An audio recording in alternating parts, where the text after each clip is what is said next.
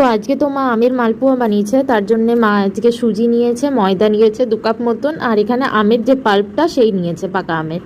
আর এখানে কিছু এলাচ নিয়েছে, এটাকে একটু থেতো করে নেবে।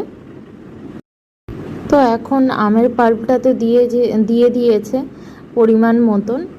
তো এখন মা দু দু হাতা মতন 2 চামচ মতন মা দুধ দিয়ে দিচ্ছে। দুধটা ঠান্ডা হলেও চলবে। তো এবার ভালো করে মাখিয়ে নিচ্ছে, আমের পাল্পটাকে আর দুধটাকে ভালো করে মিশিয়ে নিচ্ছে। যদি মাখার পর আবার প্রয়োজন হয় তো আবার একটু দুধ দেবে, আগে মেখে দেখে নেবে।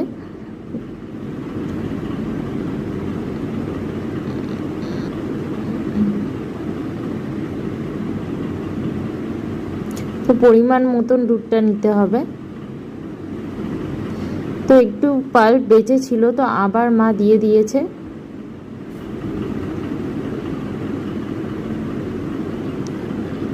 আপনারা এতে গুড় দিতেও পারেন বা চিনি দিতেও পারেন, যে যেরকম মিষ্টি পছন্দ করেন দিতে পারেন।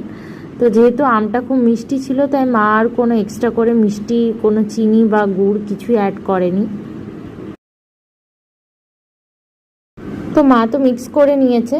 তো এবার এক এক করে কড়াইতে ছেড়ে দেবে ভাজার জন্য তেলের মধ্যে। তো মা ওদিকে কড়াইটা বসিয়ে দিয়েছে তেল গরম হতে। তো দেখুন মায়ের মালপোয়া রেডি হয়ে গেছে। কেমন হয়েছে অবশ্যই